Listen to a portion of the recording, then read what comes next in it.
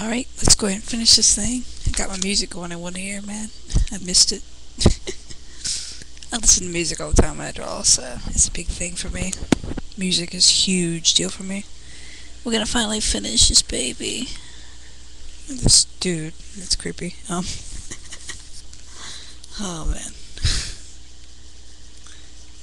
Okay, working on him. I've cleaned him up some during our break, our recess there. About said recession. Now I'm going in and playing with my lines some. This is one thing I do that I don't know if everybody does it. It kind of sets me apart, maybe, but I do this with pencil and with ink. I play with my lines a lot. I think lines are awesome. They deserve to be played with, toyed with.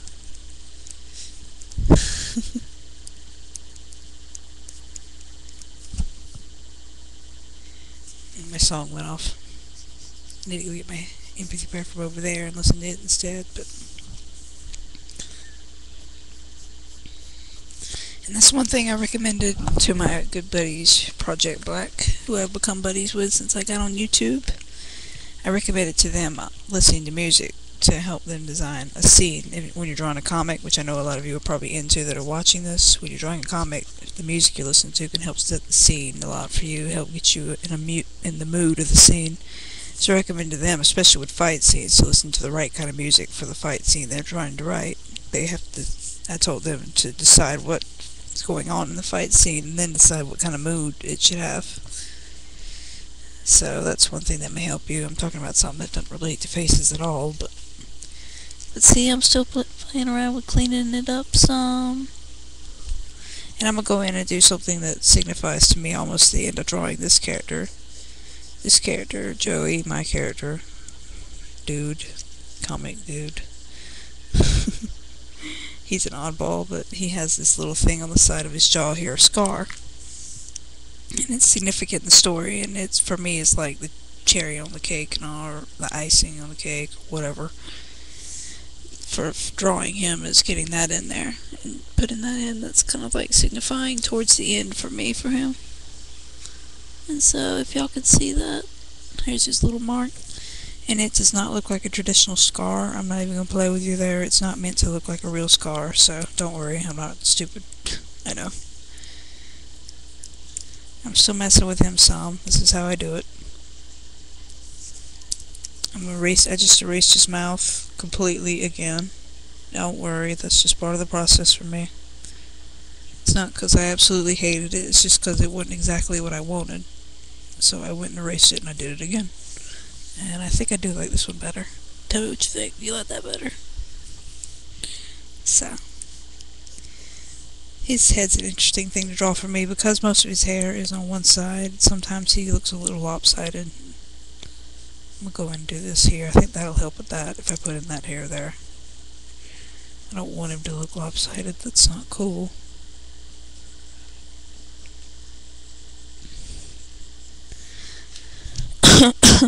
Man, that's not cool. I need to go to bed. But yeah, I'm working on that. Messing around there. Still trying to get the lines clean looking. I should have this finished sometime tonight. That'll be nice. This is a quick drawing for me. Most of my drawings take forever. And someday I'll have to show you guys me drawing a comic page, because that'll take like...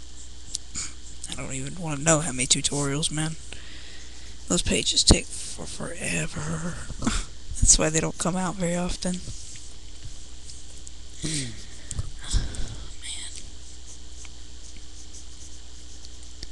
But anyways, I'm going to go to another window right quick. I don't know if I could do that without breaking this thing, but I'm going to go to the other window and bring up my song I'm listening to. Where did it go?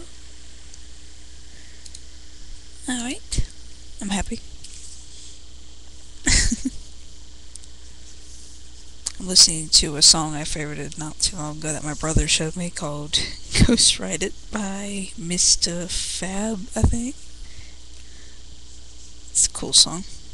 It's hilarious. If you've ever heard a rap song with the Mythbusters theme in the background, then you'll know. It's that song. But see, I'm still messing around, going and pimping his hair out.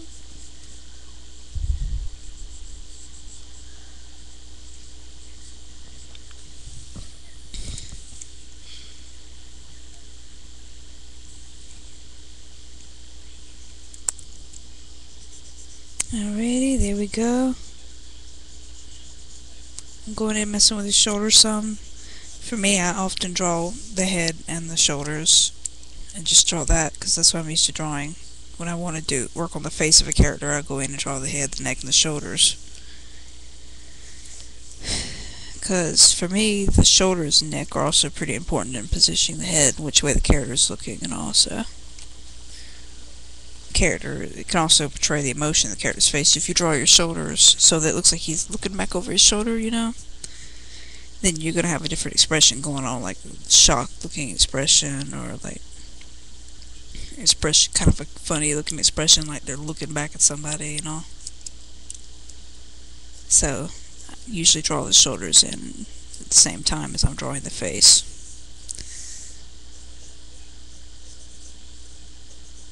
Let's see.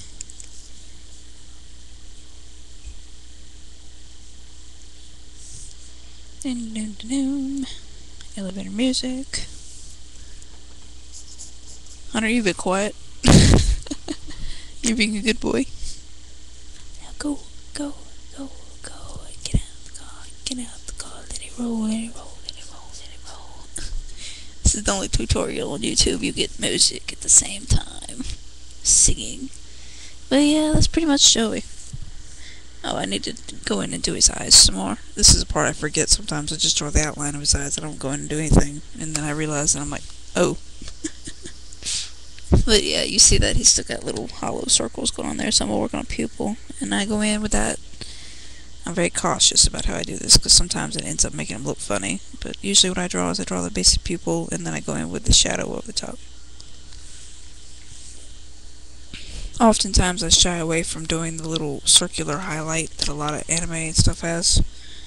Simply just to make it look more realistic and stuff in my eyes. I think it's cool looking to have something realistic looking. My thing is, I want to draw comics and anime and stuff like that, but I don't want it to exactly be anime. I don't want it to be in that, just categorized into that. I want it to be anime with a twist. Kind of my thing is, I want one that reflects my life. I want a comic that reflects my life, and I'm not Japanese, so I don't want something that looks purely Japanese. I want there to be an American twist on it, because that's what I be. And by that I mean I want to show more facial emotion, expressions, and stuff like that. Have kind of like a mix going on, because Japanese people don't show as much emotion and stuff as in their face as Americans do. It's actually a thing in their culture where they keep that out on purpose. While Americans will go, they let you know. They let you know what they're feeling. Jakarta, loud, obnoxious. I'm around them every day, I know. So there you go. There's his eyes. There's his shoulders. There's his neck. There's his head. Going in. I'm just going to do a basic of his shoulders here for fun. Let's see. I'll work some more on this, but this one's very rough. I hope you guys realize that. I haven't done much on his ears. From this front view, you don't see as much of his ears, so. The character Joey, I guess I should describe his attitude and his personality a little bit. Even though he looks mad in this drawing, this is not a common expression for him. This is what came out in this drawing. Just simply looking for an emotion to draw, because people can express any emotion they want to. It just depends on what the most common one for them is. He's mostly a happy dude. He really is. He has reasons not to be happy, but he's mostly happy. He rolls with it. He's hyper to some extent, but not in the others. He's kind of has trouble sitting still, and he wants to always be doing something to help other people out. But the bad part of that is he's extremely unlucky and a klutz at times, so it does not work. But basically his personality is, he's kind of, he tries to hide bad stuff and all. He doesn't really let it affect him too much. So usually a lot of times I show him grinning and stuff like that. And I've drawn him really sad looking before too, just simply because I wanted to practice that emotion. So, but there you go. Bye guys.